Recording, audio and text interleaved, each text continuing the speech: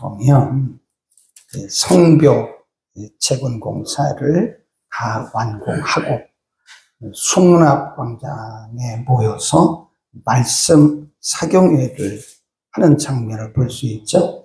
근데 사실은 그때 느헤미야라든지 에스라가 백성들에게 여러분 다 모이세요. 그래서 모인 게 아니에요. 자원해서 백성들이 성벽 재건 공사 다 마치고 나서 마음이 갈증이 오는 거죠. 사람은 영적인 존재이기 때문에 우리가 어떤 것을 다 이렇게 이루고 나면 사람이 허전해진대요. 그 왜 그러냐면 인간은 영적인 존재이기 때문에 그렇습니다. 아무리 좋은 것을 먹어도 사실은 어느 경지에 올라가면 허전해진다잖아요. 우리가 세계적으로 자살률이 가장 높은 나라가요. 어느 나라냐? 가장 잘 사는 나라. 가장 잘 사는 나라가 자살률이 제일 높다잖아요. 그 왜 그러냐면 하나님이 인간을 영적인 존재로 만드셨기 때문에 하나님과의 교통이 없으면 우리가 아무리 좋은 집에 살아도 사람은 허전합니다. 아무리 좋은 옷을 입어도 하나님과의 교제가 없으면 인간은 허전해요. 그래서 허무한 세상을 느끼고 결국은 자살을 하게 되는 거죠. 그러니까 이 유다 백성들이 성벽 재건까지 다 끝났는데 굉장히 마음이 허전한 거예요. 갈급한 거예요. 그래서 백성들이 자원해서 수문학광장에 다 모여가지고 에스라를 모셔오는 거예요. 그러니까 에스라가 여러분 다 모이세요. 우리 사경합시다. 그게 아니라니까요. 자원해서 수문학광장에 수만 명이 모였을 때 사람들이 말하기를 우리 말씀 들읍시다.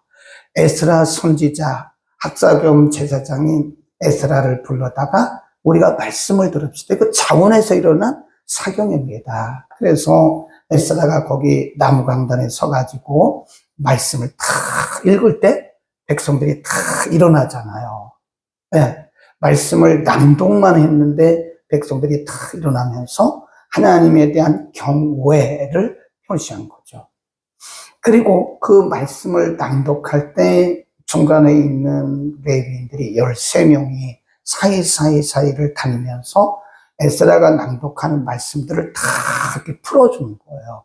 그러니까 말씀은 들어도 깨닫는 게 중요하죠. 8장에 나오는 것이 뭐냐면 여자, 남자, 아이, 그 뒤에 뭐라 그랬어요?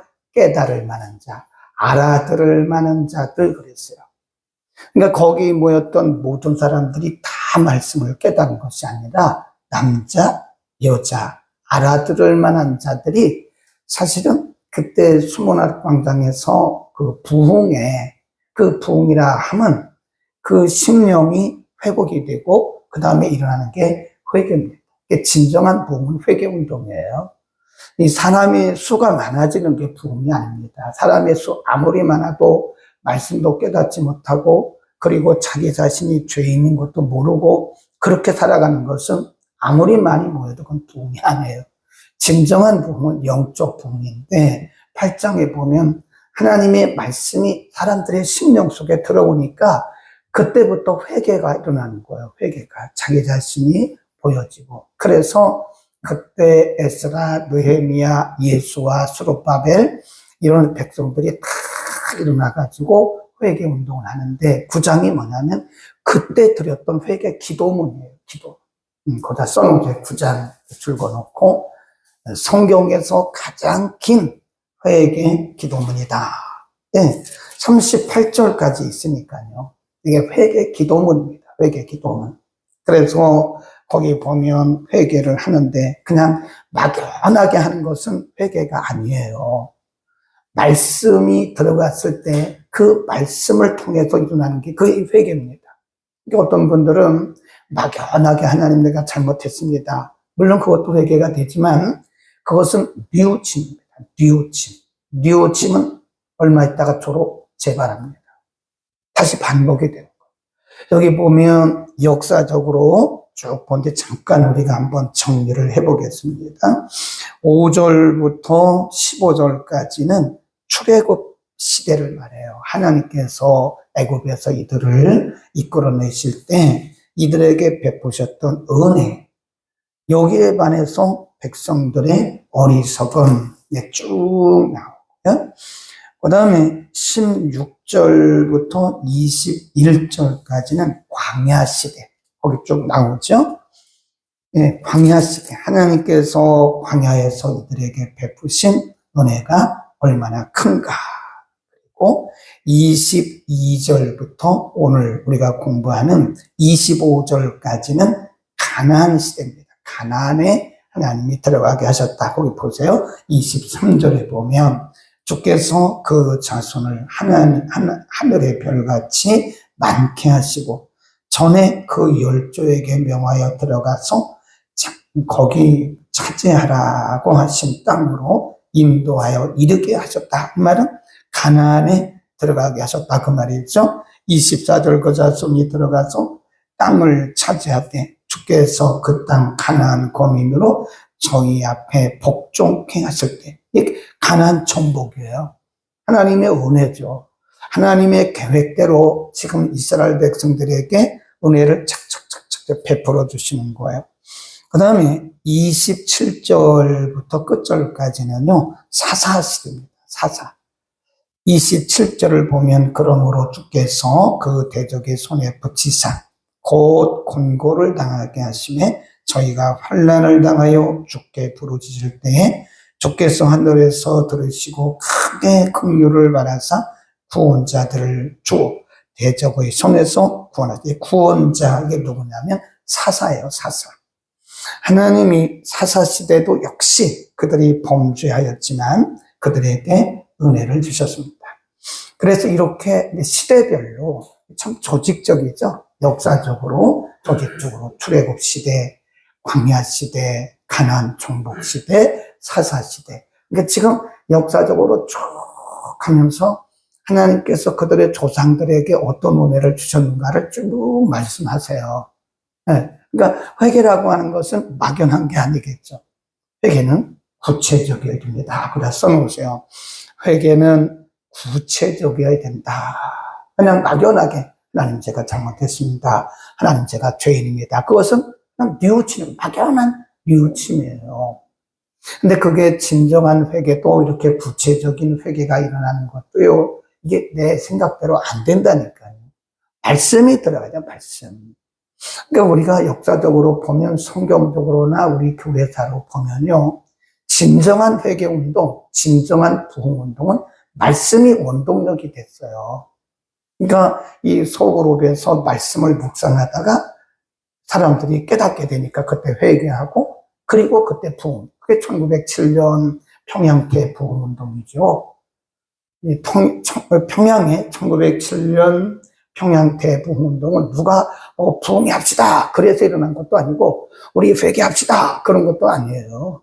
그냥 새벽에 한 사람이 말씀을 듣다가 깨닫고 그분이 나와가지고 공개적으로 회개를 하니까 여기저기서 회개운동이 일어나. 그러니까 어떻게 보면 이 부흥은 나로부터 시작되는 거예요. 네. 원래 부흥은 전체가 다 되는 거지만 부흥의 시작은 납니다.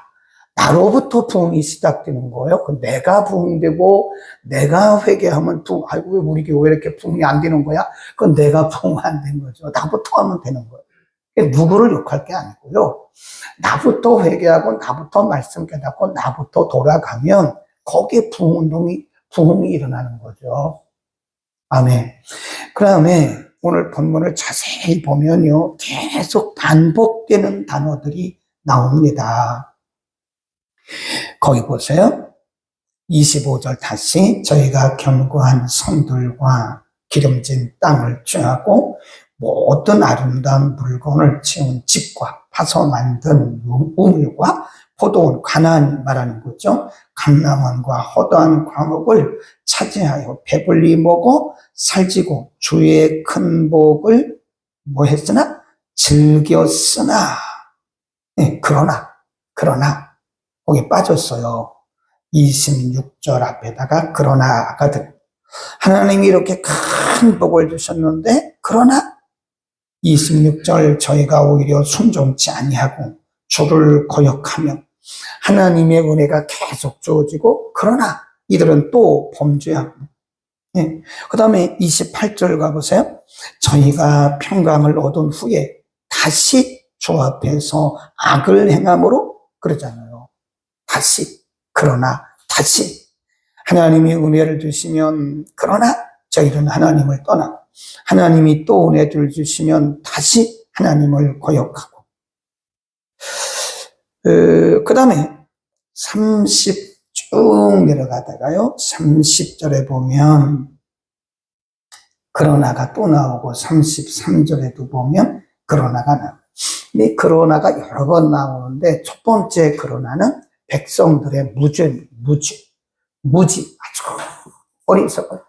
하나님이 은혜를 주시면 얼마 있다가 또 범죄하고 하나님이 그들을 또 이렇게 징계하시면 일어났다가 또 범죄하고 다시 범죄하고. 이게 인간의 연약함이라니까요.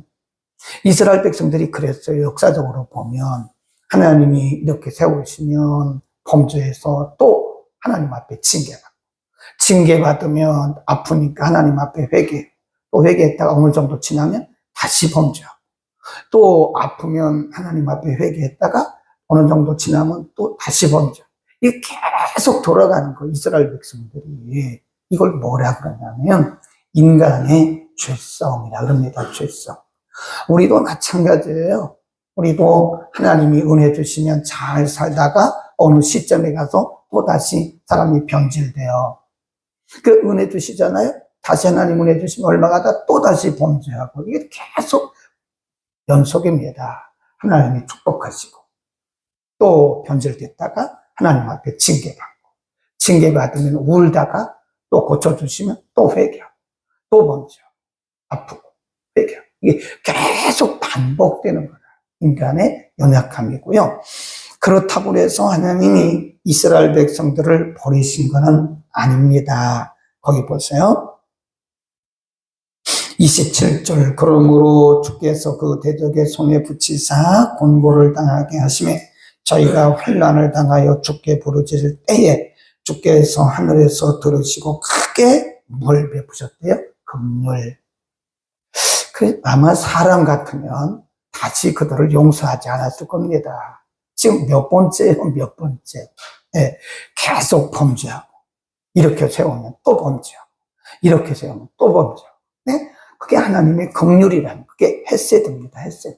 하나님의 은혜. 하나님이 그들에게 긍휼을 베푸셨다.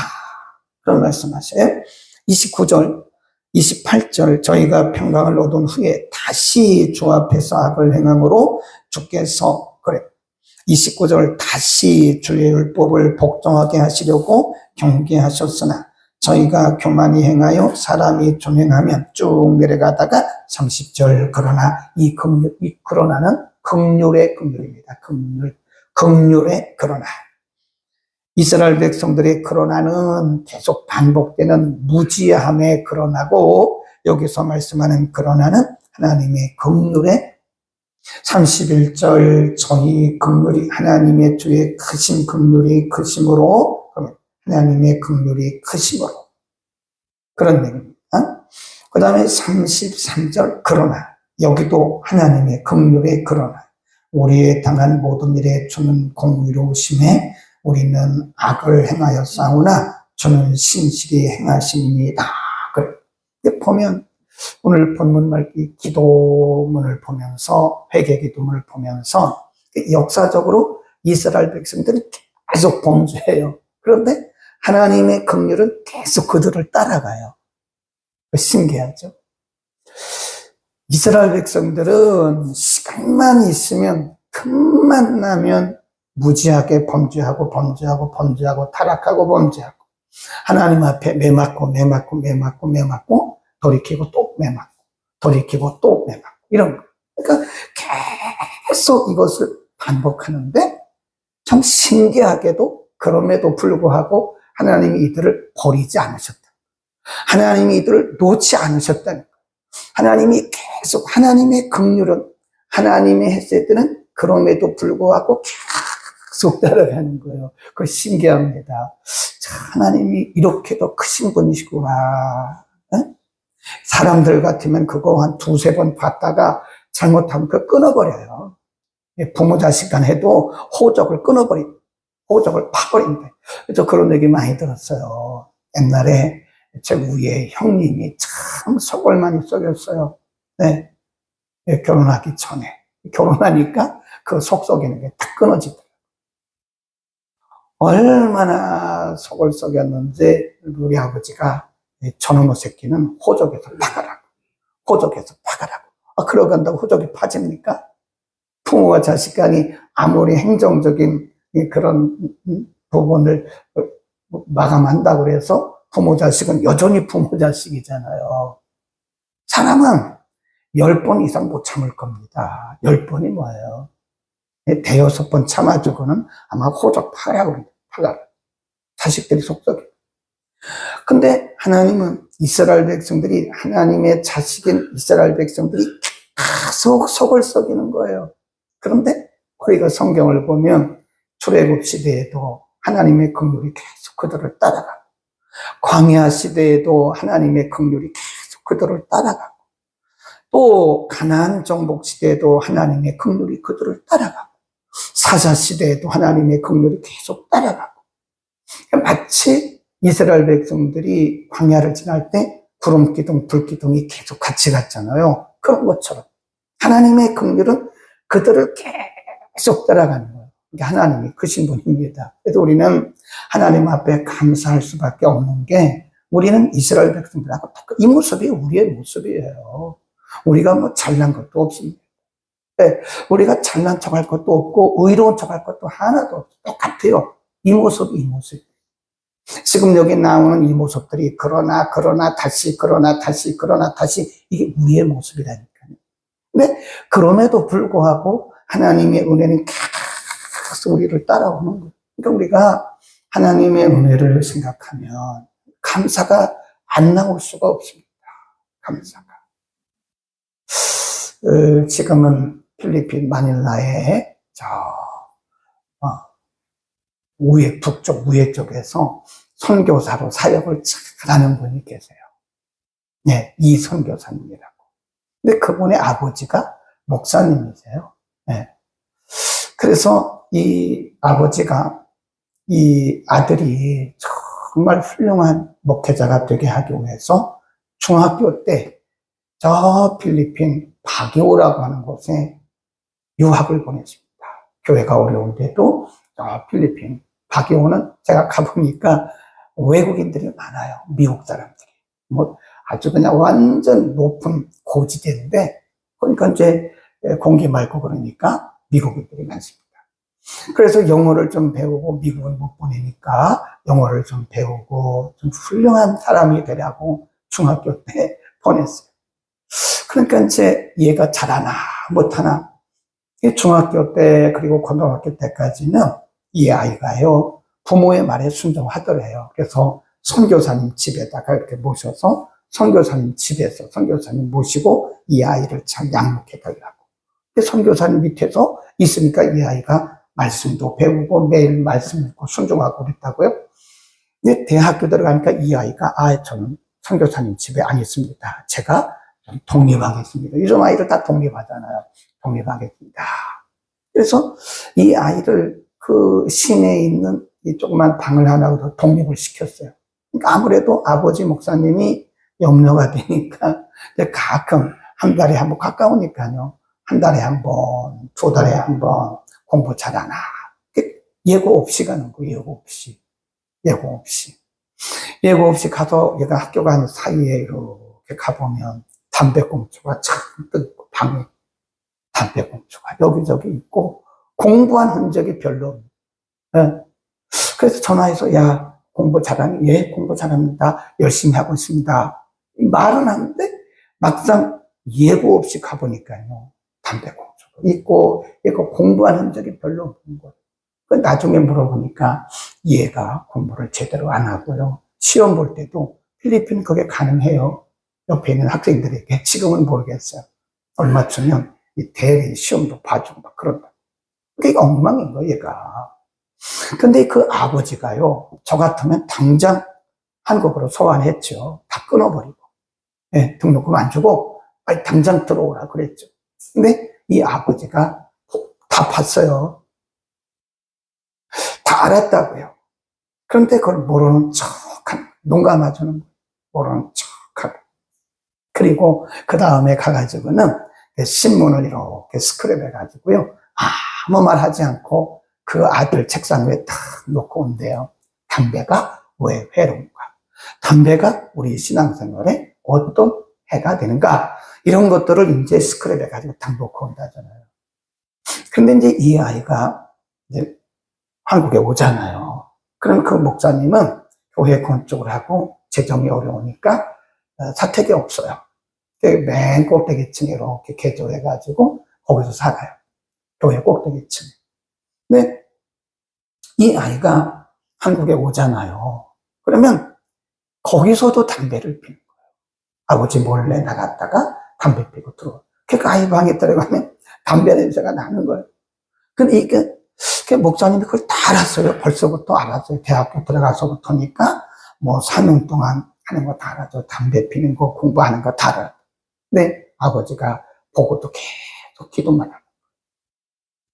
보통 사람 같으면 알았기 때문에 당장, 저 같아도 당장 소환해가지고 그 등록금 다 끊어버립니다. 너 같은 애는 안 돼. 한국에 들어와. 그래야 될 거예요.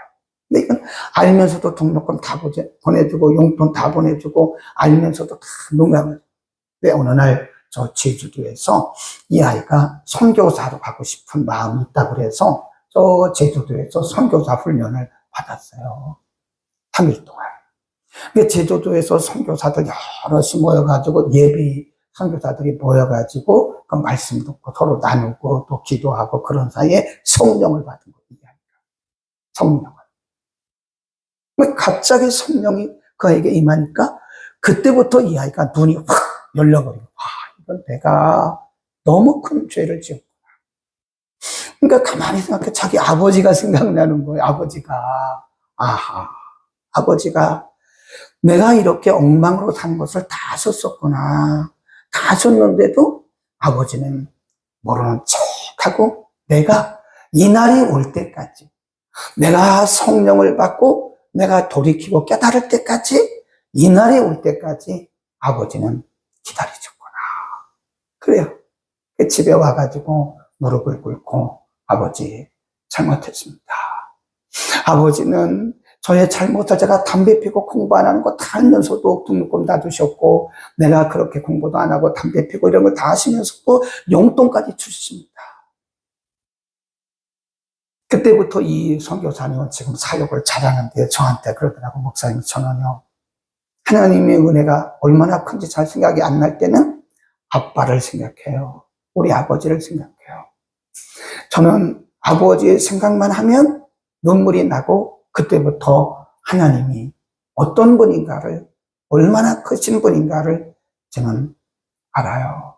그래서 하나님의 은혜를 생각하면 막연한 것이나 아니라 자기 아버지의 그 사랑을 생각하면 그때 하나님의 긍휼이 얼마나 큰 것인가를 알게 되었다고. 그 얘기를 저도 여러 번 했고 그분도 설교할 때마다 자기 아버지를 빗대서 하나님의 긍휼이 얼마나 큰 것인가를 알아요.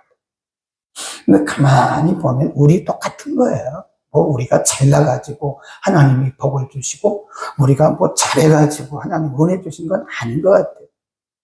우리가 말씀을 떠났고 우리가 불순종하는 거 아시면서도 계속 등록금을 대주고 용돈까지 보내주신 것처럼 우리가 잘못하고 있음에도 불구하고 하나님은 우리에게 계속 은혜를 주시고 축복해 주셨다고. 근데 우리는 그걸 모르고 뭐라고 그랬죠?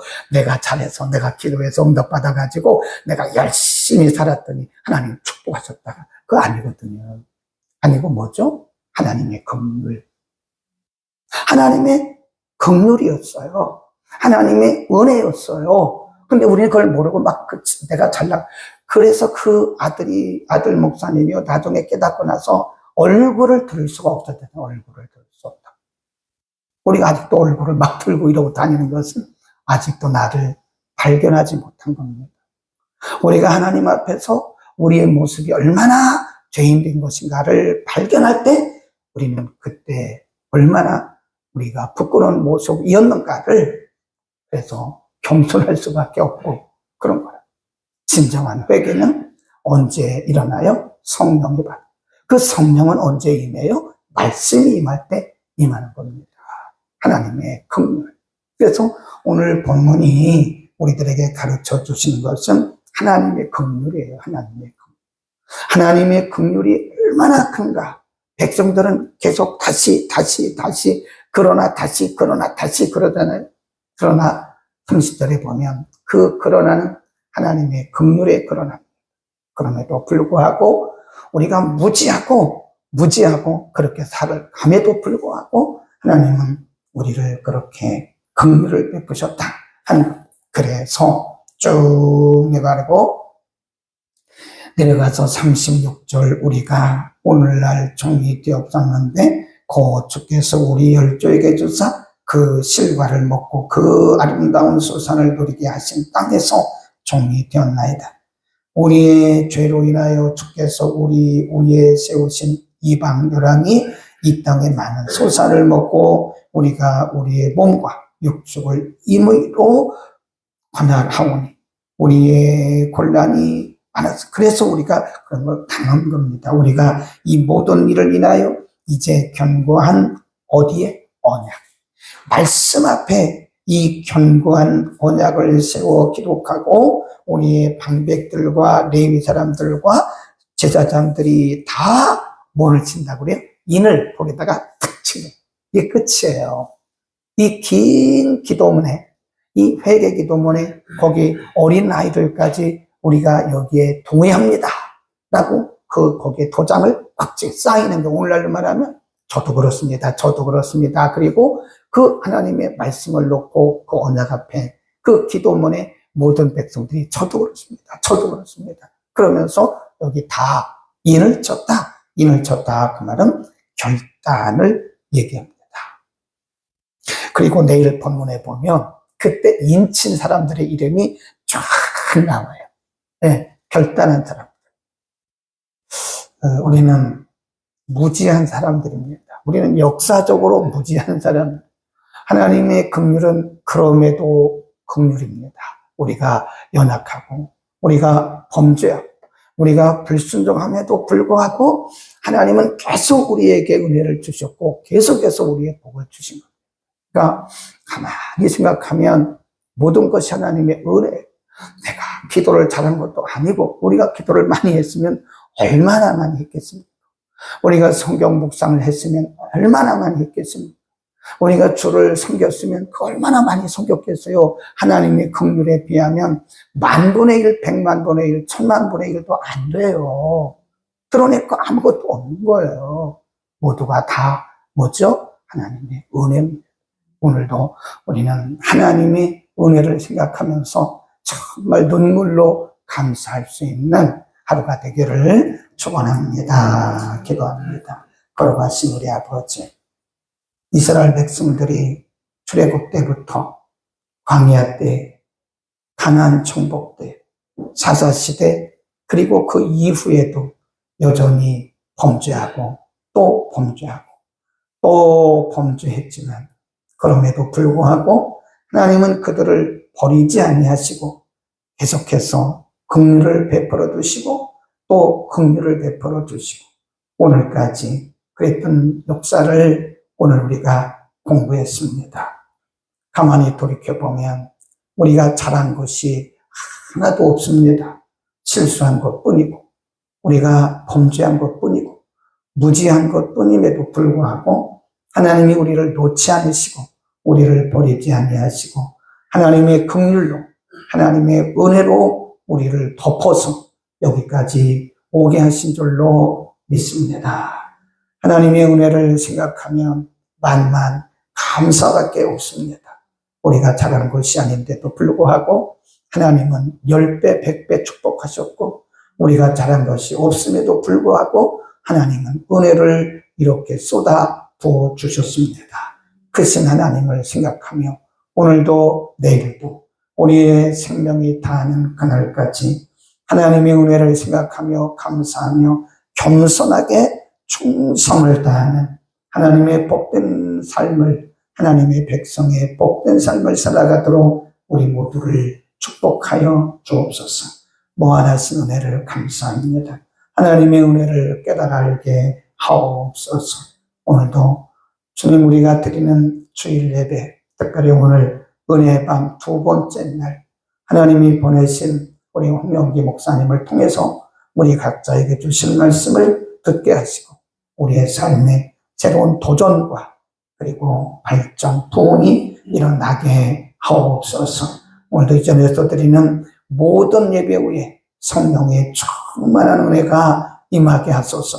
깨닫게 하옵시고 결단하게 하옵소서. 예수 그리스도의 이름으로 기도드립니다. 아멘.